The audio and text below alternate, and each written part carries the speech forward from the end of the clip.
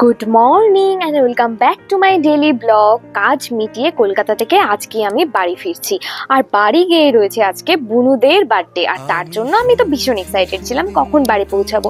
আর বাড়ি থেকেও বুনুদের বারবার করে ফোন আসছিল, দিদি কখন আসবি, কারণ ওদের জন্য তো আমি গিফট নিয়ে আসছি, ওরা সেটা দেখার জন্য এক্সাইটেড ছিল। যাই হোক, ট্রেনে সকালবেলা ঘুমটা ভাঙাই এক কাপ চায়ের সাথে বাউলির কম্বিনেশন আমার দারুণ লাগে বলে এখন আমি সেটাই বেশিরভাগ খাই। আর রুমে পৌঁছেই প্রথমে এরকম একটা খাবার পাই, যেটা হচ্ছে রুমমেট বানিয়েছিল, ডালিয়া, তার সাথে নানা রকমের ভাজা, ডিম পোচ। সেটা খেয়ে দিয়ে ফ্রেশ হয়ে তারপরেই আমি বাড়ির জন্য রওনা দিই। আর যাওয়ার পথে ওদের জন্য বার্থডে কেকটাও নিতে গেছিলাম। আর কেকের দোকানে গিয়ে এত রকমের সব ম্যাঙ্গো ফ্লেভারের কেক, সেটা দেখে তো আমি ভাবছিলাম কবে এগুলো এসে একটা একটা করে ট্রাই করব। তবে আজকে সেগুলো করিনি, আজকে ওদের জন্য বার্থডে সমস্ত কিছু নিয়ে নিই। আর বার্থডেতে আমি কেক নিতে গেলে না ভীষণ কনফিউজড হয়ে যাই যে ওদের বার্থডেতে আমি কেকের ওপর কি নাম লিখবো না বুনু লিখবো না বুনুস লিখবো, এটাই বুঝতে পারি না। ওদের দুজনের বার্থডেতে আমি একটাই করে প্রত্যেকবার কেক নিয়ে যাই, কারণ বেকার দুটো কেক নেওয়ার কোনো মানে নেই। এরপরে ওদের জন্য গিফট বের করেছি, আর গিফট নিয়ে হচ্ছে ওদের মারামারি। দুটো ড্রেসের দুটো কালার ছিল, কে কোনটা নেবে সেটা নিয়ে ওদের মধ্যে মারামারি লেগে যায়। বোনদের জন্ম হয়েছিল লোকনাথ পুজোর দিন, তাই প্রত্যেক বছরই লোকনাথ পুজোর দিনই ওদের বার্থডেটা পড়ে। তো বাড়ি গিয়ে লোকনাথ পুজোর প্রসাদও একটু খেয়ে নিই, আর তারপরেই আমি বসে পড়ি চিকেন কষার জন্য সমস্ত কিছু রেডি করতে। মাকে আজকে বলেছিলাম যে চিকেন কষাটা আজকে আমি বানাবো আমার নিজস্ব স্টাইলে।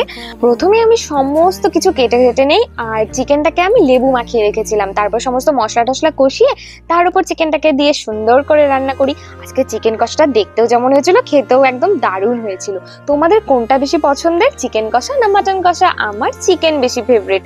তো এদিকে হচ্ছে পায়েস, চিকেন কষা চিকেন আর ওই আলুটা খেতে যে আমার এত ভালো লাগে, তাই আমি বাটি নিয়ে দাঁড়িয়ে পড়েছি যে চিকেন কষা থেকে আমি আলু আর চিকেন খাবো বলে।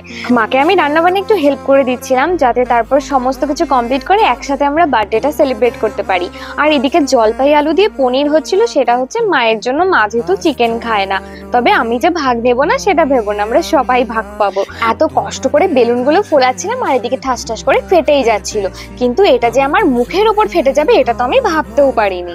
তারপরে সুন্দর করে একটা ডেকোরেশন করে নিই, আর এরকম ডেকোরেশন আমাদের বাড়িতে আগে কখনো হয়নি, মানে করা হয়ে ওঠেনি। তবে এবার ভাবলাম যে একটা সুন্দর করে সাজানোই যাক।